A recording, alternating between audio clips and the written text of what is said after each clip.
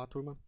Nesse vídeo aqui nós vamos falar um pouquinho sobre dielétricos, né? O que é um dielétrico e qual a finalidade dele, ou o efeito dele na presença de quando ele está presente num capacitor.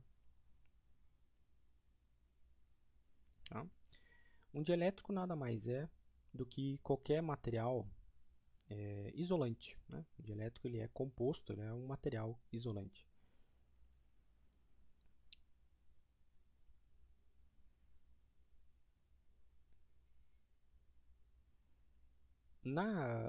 Em capacitores, né, nós nos referimos a um dielétrico, é um material que vai colocado, um capacitor paralelo, de placas paralelas, é um material, a substância, o composto que é colocado entre as placas com a finalidade de alterar a capacitância. E a gente vai ver qual que é o efeito, né, do dielétrico na capacitância e nas propriedades do capacitor.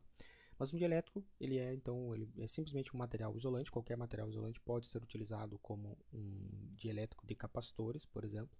Tá?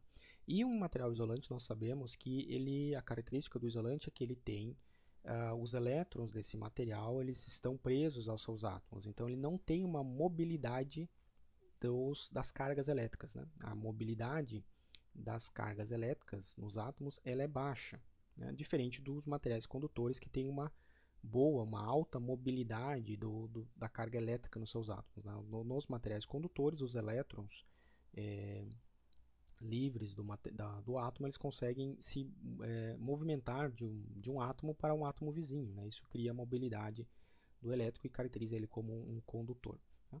Então, no dielétrico isso não acontece, a mobilidade dos elétrons é baixa, então elas estão presas, os elétrons, né? Eles estão presos lá nos átomos. Né? Se a gente imaginar um átomo de um material dielétrico qualquer, então neutro, né? Ele tem aqui, vou apresentar aqui um núcleo positivo, com cargas positivas. Em torno deste núcleo aqui vai existir uma eletrosfera, né? Que é a região onde os elétrons orbitam. Uma representação aqui imaginando que seja uma eletrosfera aproximadamente aí esférica, né? Tanto simétrica, e aí tem um elétron aqui circulando nessa eletrosfera, nessa região pontilhada.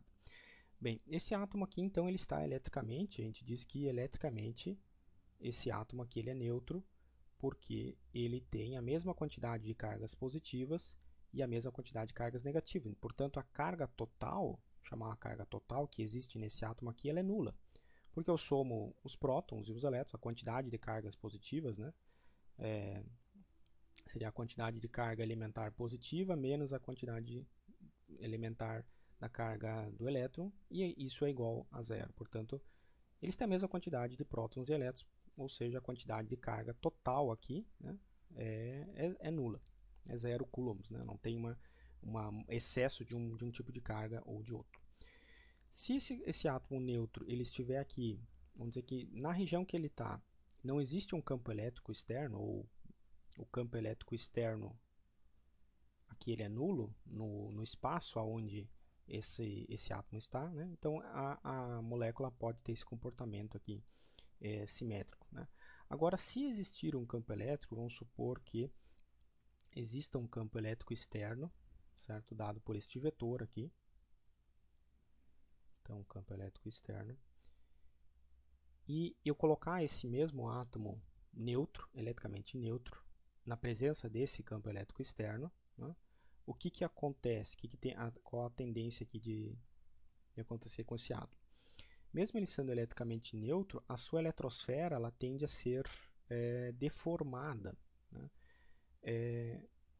De tal forma que o elétron que está orbitando, girando nessa eletrosfera, ele vai se polarizar em relação ao núcleo positivo. Então, vamos dizer que se eu tiver um campo elétrico nessa direção aqui, a carga negativa, né, que ela está orbitando aqui nessa região, ela quer ir, né, ela sofre uma força de repulsão devido ao campo elétrico, então uma força elétrica que atua sobre essa carga, ela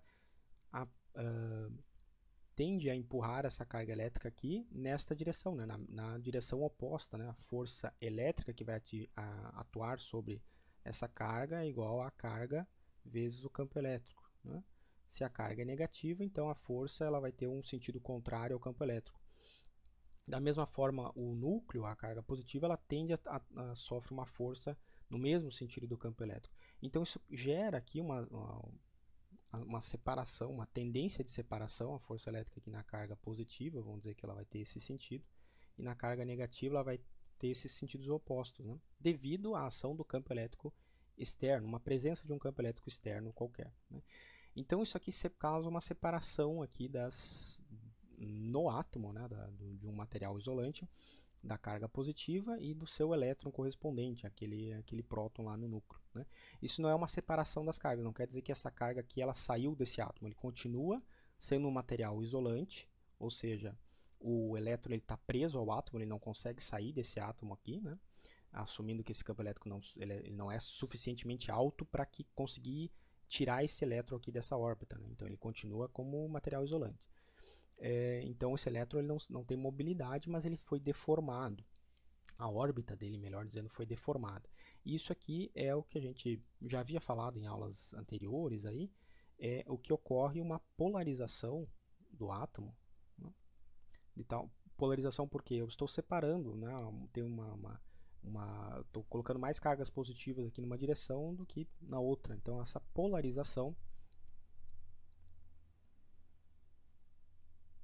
ela é induzida pelo campo externo, por a presença desse campo elétrico externo, e ela cria um comportamento, neste caso aqui, desse átomo, mesmo sendo eletricamente neutro, ele continua eletricamente neutro, porque a quantidade de cargas que existe nesse átomo, a soma das cargas positivas e negativas continua sendo zero, né? Então ele continua eletricamente neutro, porém agora ele está polarizado e ele se comporta como, ele tem um comportamento similar aqui a um dipolo elétrico,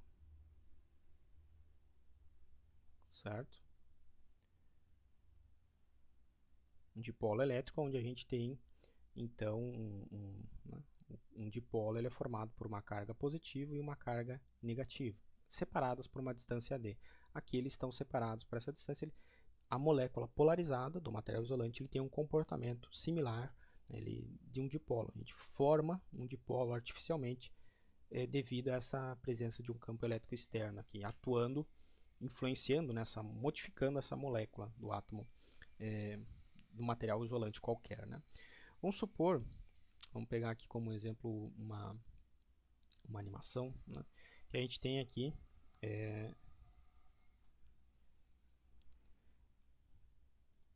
tem um material aqui que é uma roupa de lã qualquer, um tecido qualquer, um balão de borracha, e aqui tem uma parede de concreto, certo? Bom, a gente sabe que todos esses materiais aqui eles são isolantes, não são bons condutores. A lã, o tecido é um isolante, né? Não tem boa mobilidade elétrica. A borracha também é. E o concreto ou tijolo que for construído essa parede aqui, eles também é um isolante. Todos eles estão inicialmente eletricamente no estado elétrico neutro. Então, tem a mesma quantidade de elétrons para cada próton, né? Existe a mesma quantidade de elétrons na estrutura do material. Lá no começo da disciplina, a gente usou essa mesma animação aqui para falar de um processo de eletrização, que é o processo de atrito, né? Então, se a gente pegar aqui o simulador e fazer um atrito, né, esfregar o balão na lã aqui, ocorre a separação de cargas. Então, é um processo de eletrização por atrito. O balão ele ficou agora com excesso de cargas negativas, conforme mostrado ali na animação. Essas cargas negativas foram retiradas lá do blusão de lã, então, portanto, o blusão de lã ficou com excesso de cargas positivas. Agora a gente tem uma carga total, né? A carga resultante em cada um dos corpos. A gente tem uma carga positiva, portanto, na roupa ali, no casaco de lã, e uma carga negativa no balão, né? Só que a parede ela continua neutra, né? Mas o balão agora, se eu vou aproximar o balão da parede, né, que é essa parte cinza aqui na direita da imagem, o balão, como ele tem um excesso de cargas negativa, ele está gerando, ele é uma fonte de campo elétrico, né? Um campo elétrico que está apontando em direção ao balão, né? Assim como o casaco também é, mas vamos pensar apenas no balão por enquanto. Quando a gente aproxima o balão da parede, a gente observa que na animação as cargas elétricas negativas estão sendo repelidas pela ação do campo elétrico que o balão está gerando. Então as cargas negativas elas estão sendo empurradas, afastadas mais para a direita, e aí restam as cargas positivas que estão lá presas no núcleo do átomo e elas não se movimentam, né? Então isso aqui representa uma espécie, né, similar ao que eu desenhei anteriormente, a deformação da eletrosfera. Esses elétrons aqui eles foram defletidos pelo campo elétrico externo que esse balão está gerando. Então isso aqui é a polarização do material aqui que compõe, do concreto, do tijolo que compõe essa parede aqui cinza, certo? Então esse material aqui, mesmo sendo isolante, ele ficou polarizado agora pela ação de um campo elétrico externo. Ou seja, essa polarização aqui, ele continua eletricamente neutro, mas pela separação, pela deformação da estrutura atômica da matéria que compõe essa parede aqui, então a polarização forma aqui uma camada, né, uma camada de cargas positivas mais à esquerda e uma tendência a ter uma camada de cargas negativas mais à direita. Isso é o material vai estar polarizado. No meio do material, então, se eu voltar aqui para a animação, então no meio do material é como se a gente pegasse aqui uma região aqui no meio, né, qualquer região que a gente pegar, em média, certo? O material aqui ele está neutro, né? Só que se a gente deslocasse cada uma das cargas, se cada elétron que ele fosse deslocado para a esquerda, aqui no meio ele estaria neutro. Vou desenhar aqui de novo essa parte.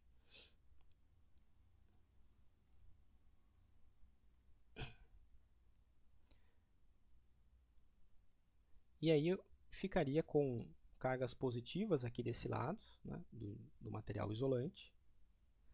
E as cargas negativas, elas seriam deslocadas um pouquinho para a esquerda, de forma que lá bem no extremo à esquerda desse material, a gente teria o equivalente a uma camada de cargas negativas, certo?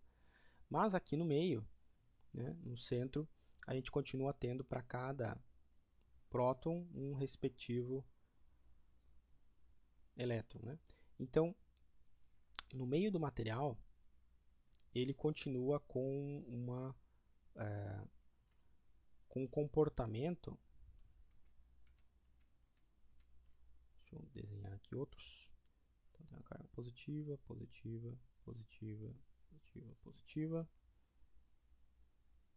negativa, aqui.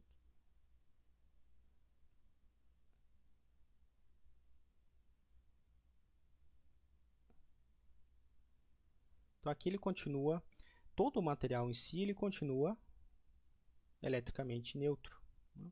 Que ele não tem acúmulo de cargas,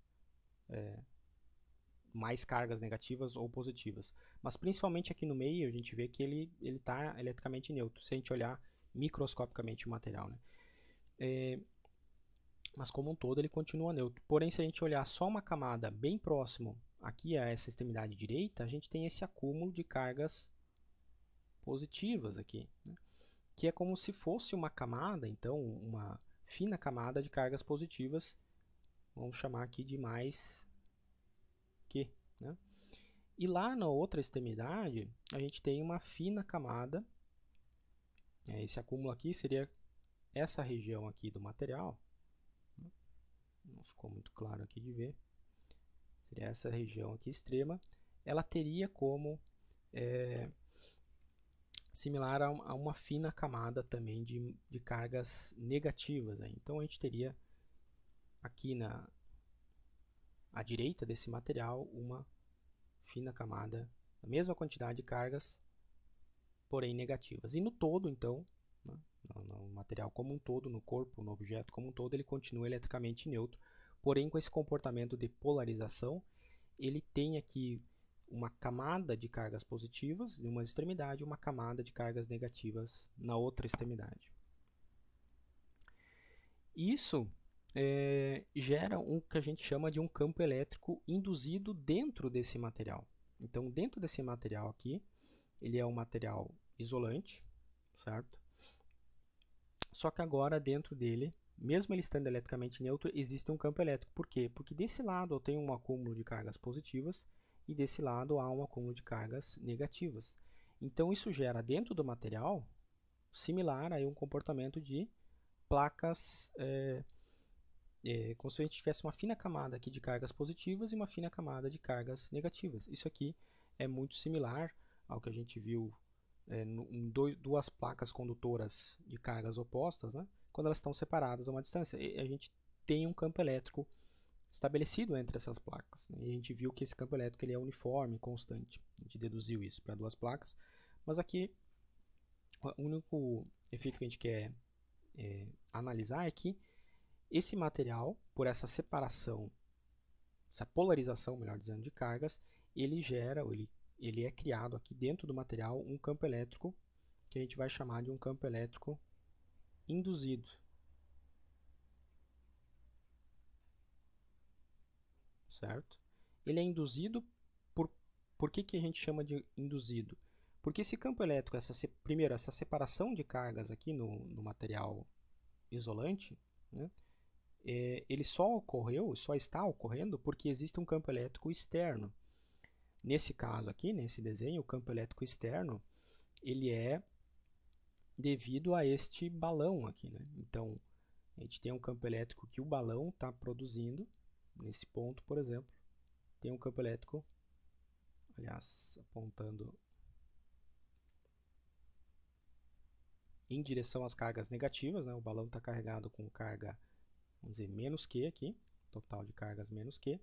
Então a gente tem esse campo elétrico aqui externo.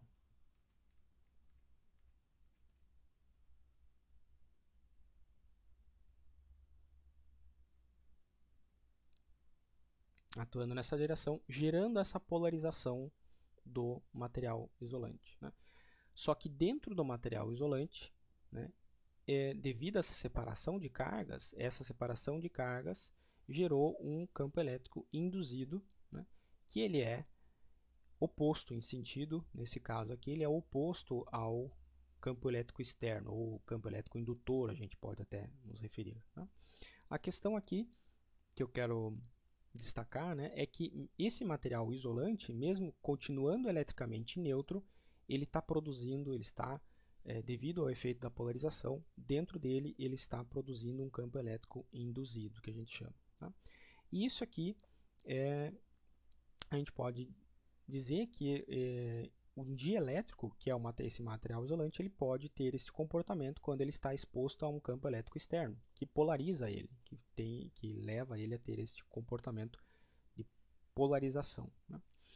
Então, essa parede aqui, esse material, ele está se comportando como um material isolante que foi polarizado, certo? Agora vamos pensar,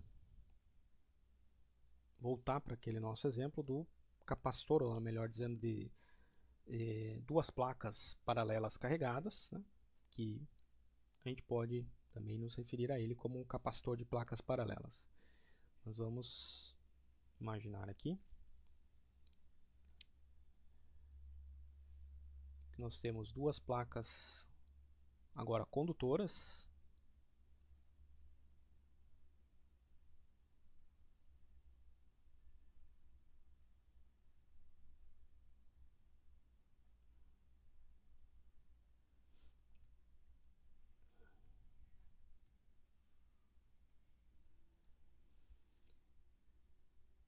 uma placa com cargas positivas.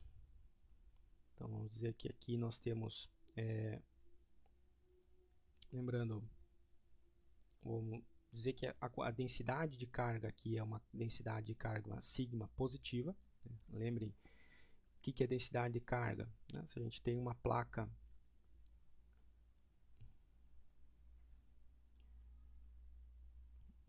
uma região, um plano, e dentro desse plano aqui eu tenho uma densidade, uma separação das cargas, ela é uniforme. Qual a quantidade de carga total que eu tenho aqui? Eu tenho uma quantidade total de cargas Q positiva, uniformemente distribuída. Então a gente pode dizer que existe uma densidade de carga sigma, que é simplesmente dado pela quantidade de cargas dividida pela área dessa placa, né? Então aqui tem uma área total, e se a carga estiver uniformemente distribuída, a gente tem uma densidade então de coulombs por metro quadrado, né? A distribuição de cargas. Se eu quiser saber qual que é a quantidade de carga que existe apenas uma parte dessa placa, pegar aqui uma partezinha pequena, né? E vamos dizer que essa partezinha pequena aqui ela tem uma área, vou chamar uma área A1, né? Eu quero saber a quantidade de carga que existe apenas nessa região aqui, então eu vou ter uma quantidade de carga Q1, eu posso obter essa quantidade de carga Q1 pegando a densidade de carga uniforme dessa placa, né, se ela for uniforme nessa placa aqui, e multiplicar pela área 1, então a gente tem a quantidade de carga. Isso aqui a gente utilizou lá na lei, quando a gente aplicou a lei de Gauss, para deduzir, né, a expressão do campo elétrico de placas, de uma placa paralela e depois de duas placas paralelas também, né? Então só relembrando aqui a densidade sigma. Então, e aí vamos assumir que a outra placa ela tem uma densidade igual, mesma magnitude, porém cargas de sinal oposto. Então, portanto, menos sigma, né? É o que a gente está construindo aqui um capacitor de placas paralelas com carga. Aqui o total, se a gente pegar uma área total, as duas placas são idênticas, vamos dizer que as duas placas são idênticas, elas têm a mesma área total A, e a gente pode dizer então que a carga total que existe aqui, em uma das placas, vamos chamar, existe uma carga total mais Q, nessa placa aqui, que é dado por a densidade vezes a área, e existe uma quantidade total de cargas menos Q na outra placa, também dado por menos sigma vezes a área, né? Assumindo que as duas placas são idênticas.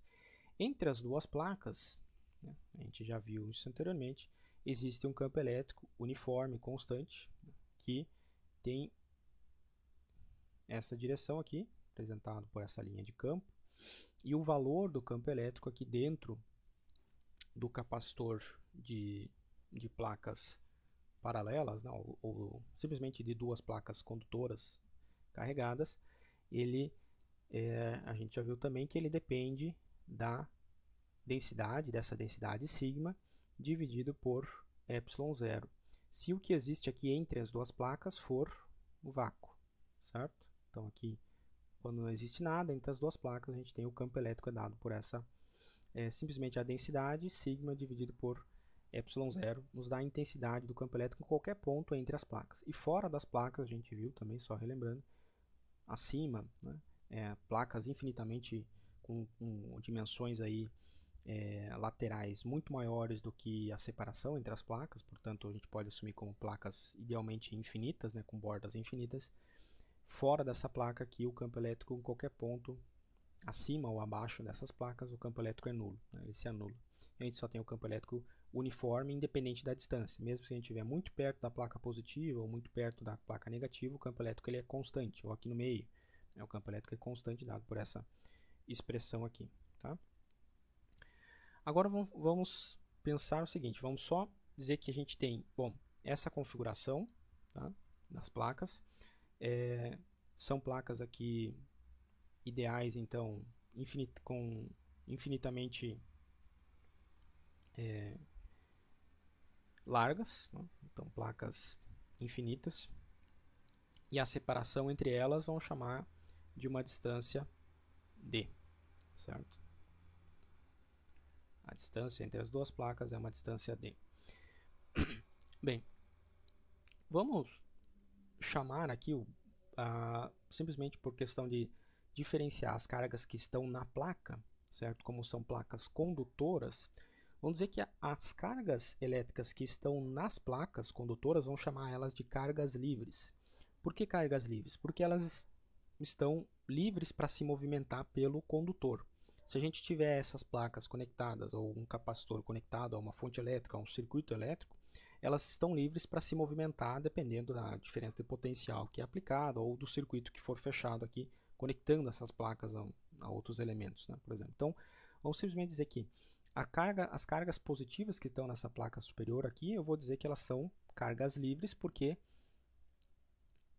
Se eu conectar alguma coisa nessa placa, se eu pegar um condutor e conectar essa placa condutora aqui a um outro objeto qualquer, né, essas cargas que estão aqui, elas, por elas estarem num condutor e ligado a um fio condutor, a um outro objeto, um corpo A, por exemplo, um corpo B, o que for, elas estão livres para se movimentar, né?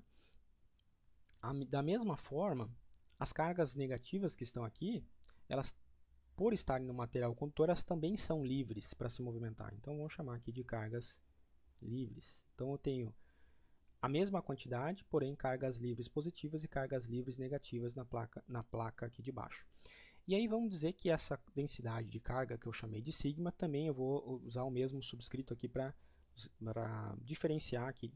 Então, que aqui eu tenho um sigma livre, sigma, que é a densidade das cargas livres, o que eu chamei de cargas livres, que estão na placa condutora, e aqui embaixo a gente também tem em módulo mesmo valor, né, a mesma quantidade de densidade sigma livre, ou seja, a densidade superficial, ou seja, a densidade da área, né, de cargas livres negativas na placa aqui de baixo. Okay? Só para diferenciar do que a gente vai inserir agora aí mais um elemento. Bom, por enquanto aqui a gente tem a hipótese considerando que o que existe entre as duas placas é vácuo, a ausência de matéria, né?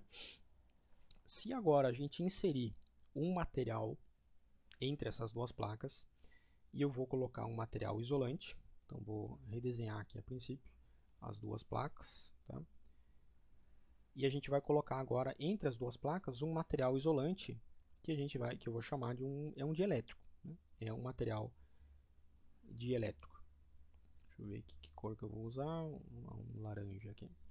Então, entre essas duas placas, agora praticamente muito próximo, né, à placa superior, a gente vai colocar um dielétrico, imaginando que ele esteja encostado, né? A gente está preenchendo todo o espaço que existe entre as placas condutoras, a gente vai preencher com um material isolante. Tá? Então, todo esse espaço aqui ele está preenchido por um material isolante, que é um dielétrico, certo?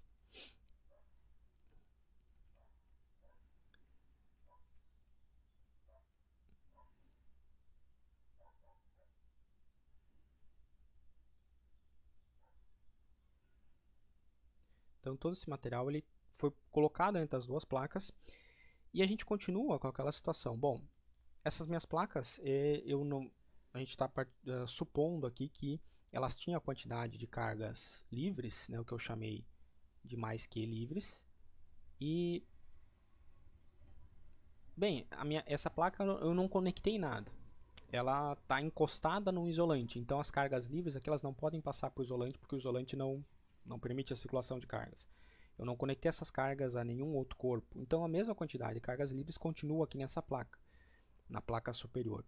Então aqui a gente continua tendo uma densidade de carga, uma densidade superficial, sigma livre aqui em cima, certo? E na placa de baixo também ela não foi conectada eletricamente a nada. Ela está encostada no dielétrico, mas o dielétrico, lembre, ele é um material isolante. Então ele não tem troca de cargas entre as placas e o dielétrico, né? Então aqui a gente continua na placa inferior com a quantidade de menos que cargas livres, certo? E a gente tem então a densidade nessa placa aqui, uma densidade menos sigma livre, que em módulo é igual ao sigma livre positivo aqui, né? A mesma densidade, as duas placas igualmente. Bem, entre as duas placas a gente continua tendo aquele campo elétrico que agora eu vou dizer, vamos acrescentar aqui também, vamos chamar que esse campo elétrico aqui, ele está sendo gerado, né, esse valor, ele está sendo gerado pelo que eu chamei de cargas livres. Então eu vou chamar que esse aqui é o campo elétrico das cargas livres, que estão localizadas na placa. Esse campo elétrico aqui de sigma sobre ε0, ele é gerado pelas cargas livres que estão nas minhas placas condutoras. Bem, se eu inserir o dielétrico aqui, por superposição, né, esse campo elétrico livre ele continua existindo. E ele, porque as cargas livres positivas e negativas continuam lá presentes nas placas. Então esse campo elétrico ele continua existindo aqui, certo? Com a mesma intensidade. Então esse campo elétrico que eu chamei de campo elétrico devido às cargas livres, e eu estou chamando as cargas livres somente as cargas que estão localizadas nas minhas placas condutoras, ele continua existindo lá. O que acontece aqui agora? A gente tem um campo elétrico atravessando ou aplicado sobre um material dielétrico. Bem, esse material dielétrico ele está inicialmente no estado neutro, e ele vai continuar no estado neutro, ele não tem excesso de cargas negativas ou positivas, ele é um material neutro. Porém, agora, como ele está sob a ação de um campo elétrico que está agindo sobre ele, ele vai ser polarizado. Então, o dielétrico vai sofrer uma polarização, de tal forma que as cargas das moléculas desse dielétrico vão se alinhar, elas vão tender, as cargas negativas elas vão tender a se movimentar aqui na direção oposta do campo elétrico que está agindo sobre esse dielétrico. Então as cargas do dielétrico, tá? Vejam bem, essas são as cargas do dielétrico, vai haver aqui um acúmulo, uma tendência de formar uma camada de cargas negativas aqui na parte superior do meu dielétrico, certo? E essas cargas negativas eu vou chamar de uma quantidade de cargas Q, ou vou chamar uma quantidade de cargas, vamos usar o maiúsculo também, mas menos que induzida, porque ela está sendo induzida, essa camada aqui em cima, certo? Que se formou aqui em cima, ela está sendo induzida pela ação desse campo elétrico aqui, certo? Está atuando no dielétrico. Então essa camada aqui de cargas induzidas, ela se formou pela polarização do material dielétrico. E da mesma forma, lá embaixo, no dielétrico, vai se formar uma camada de cargas positivas, também devido à polarização, né? As cargas positivas desse material estão tendendo a ser empurradas aqui para baixo, no dielétrico. Mas como é um material isolante, né, um dielétrico, elas não conseguem sair dessa estrutura, então elas ficam presas dentro do material, mas existe uma polarização dele, né? Na verdade, as cargas negativas é que elas foram deformadas, né? Na eletrosfera foi deformada um pouquinho para a parte superior, e aí isso gera o resultado disso aqui no meio, né, do material. A gente continua lá com a mesma quantidade, cada átomo tem uma carga positiva, uma carga negativa, uma positiva, uma negativa. Então aqui o efeito elétrico é nulo aqui no meio dessas cargas, porém nas extremidades a gente tem uma formação é como se as cargas negativas desses átomos aqui elas tivessem sido deslocadas, né, lá para cima. Claro que o elétron que estava aqui nesse átomo aqui embaixo, ele não foi lá para cima, porque é um material isolante, ele não consegue se movimentar dessa parte aqui lá para cima. Mas o efeito é como ele deformou a eletrosfera e o próximo átomo vizinho aqui de cima, ele tem agora um elétron desse átomo aqui, ele está mais próximo do outro, então o efeito, o resultado disso é que esse átomo aqui está neutro e parece que esse átomo aqui ele ficou positivo. E parece que lá em cima do dielétrico ele ficou com um átomo eletricamente negativo, né? A impressão, o efeito é similar a isso. Mas o dielétrico continua no estado eletricamente neutro. Devido somente à polarização, que é o deslocamento dessas cargas, ele criou essa camada de cargas aqui. Então a gente tem uma camada de cargas Q negativas induzidas lá na parte superior do dielétrico, e aqui embaixo a gente vai ter uma camada de cargas, mesma quantidade de cargas, né, que foi polarizada, porém uma camada que eu vou chamar de uma carga Q positiva induzida, aqui embaixo, certo? E a gente pode também pegar e calcular uma densidade dessas cargas induzidas, certo? Bom, se a gente imaginar que essa camada aqui ela vai ocorrer ao longo de toda a área da minha placa condutora, que está aqui em cima, Então a gente tem a mesma área, né, de contato entre o meu dielétrico e a placa condutora. A gente pode também escrever que aqui em cima a gente tem uma densidade de carga, vamos chamar uma densidade negativa, um valor negativo de densidade de cargas induzidas, certo? E aqui embaixo a gente vai ter uma densidade positiva agora de cargas induzidas. Percebam que a carga induzida, a negativa, ela está próxima das cargas livres, que eu chamei de livres porque elas estão lá na placa condutora, das cargas positivas, certo? A carga negativa induzida, ela está próxima da carga livre positiva, certo? Então a gente tem esse cenário aqui que a gente está construindo do comportamento quando esse dielétrico ele foi colocado dentro daquelas placas paralelas carregadas condutoras que a gente tinha aqui.